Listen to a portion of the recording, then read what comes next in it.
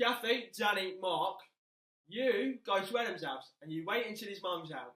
You break in through the upstairs window, so it's out the way. Make sure no one sees you. Get in and go to his bedroom. Find a pair of his shoes and a nice one of his clothing, a jumper or something. Don't touch the jumper. That's very important. Do not touch the jumper. But you have to get into one of the plastic bags. One of the refuse sacks you buy on your way. Use the first one. Do not use the first one on the roll. Use the third or fourth. Do not be tempted to use a bin liner and kick him around your house. That'll be a DNA nightmare. Richard, you take Brian to the end. You say you saw him crying. And once he told you what happened, you took him here. Brian, you cry. You say that a man showed you his willy in the woods last week by the bridge. 5'9", Caucasian, fat, as the postman's uniform, thinning hair, softly spoken, sad eyes. The band that showed Brian his willy, keep up. I'm making this up, so go along.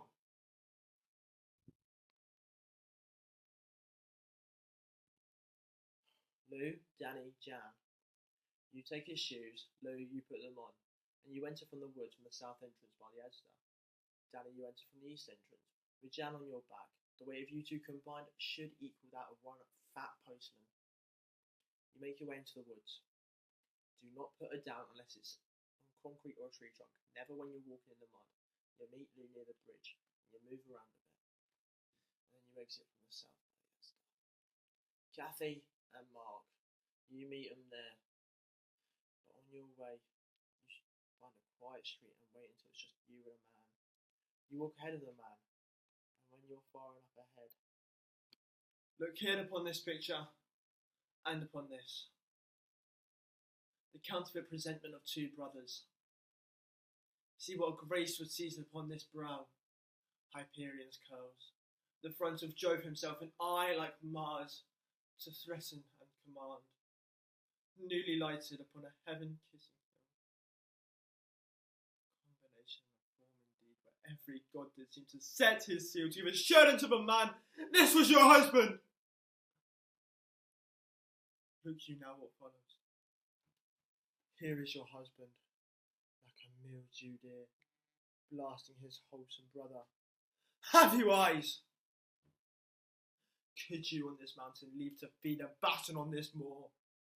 Have you eyes? You cannot call it love.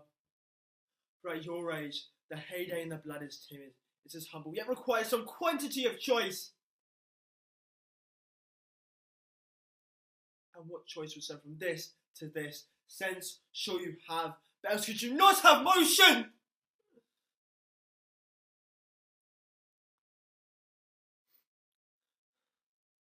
But sure that sense is apoplex, for madness would not here so but it reserves some quantity of choice. Serving such a difference.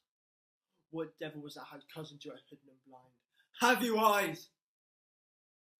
Eyes without feeling, feeling without touch, without smell, without sight.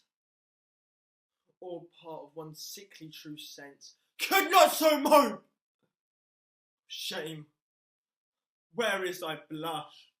Rebellious health that casts mutiny into matron's bones, to flaming youth that virtue be as wax and melt in her own fire. Proclaim no shame. And the compulsive jeer gives the charge, since frost itself actively doth burn, and reason panned as well. Hello, all you lovely people. I will be your waiter today, and let me start off with saying, well, I know what you people are like. You think to yourself in the morning, well, what should I wear? Red or blue? What if they judge me? What should I do? Well, haven't I got the solution for you? Give up. Life is hard. It's full of decisions. It's full of mistakes you could make, and well, we can cut that out for you. If you don't make a choice, you can't make the wrong one. Feed all your information to our AI machine. It will devour it. and give you any answer you need. Ignore the fact what we do with that information, selling it to the highest bidder, making a quick buck while you're ambushed by a bunch of brands and ads you don't even know you wanted, buying products you don't even need, but we say you do. So why don't you get them? You know what? Just give in. Give it all in. I mean, we're in your buildings, replacing architecture with the mediocrity and simplisticness of it all. Deprived of any personality and human input. And we're in your schools, telling your kids there's only one way to be smart, and if you're not, well, Amazon are always hiring. We're in your TV, publishing out the next sequel, the next remake, the next rebrand, making you feel like there's nothing more you can do in that format, so why bother trying again? Give it all in. I mean, whew. We base our businesses of bugs, really. They crawl in, all of them. They work as a hive mind. They feed the leader, and the leader provides them with, I guess, support. But why should we do that for you? We're not bugs. We give you the idea of freedom. That you're free to make your own choices, you're free to be creative, but realistically, we want you all the same. Wear the same, look the same, walk the same, buy the same, all of our stuff. Creativity is dead, so dig in.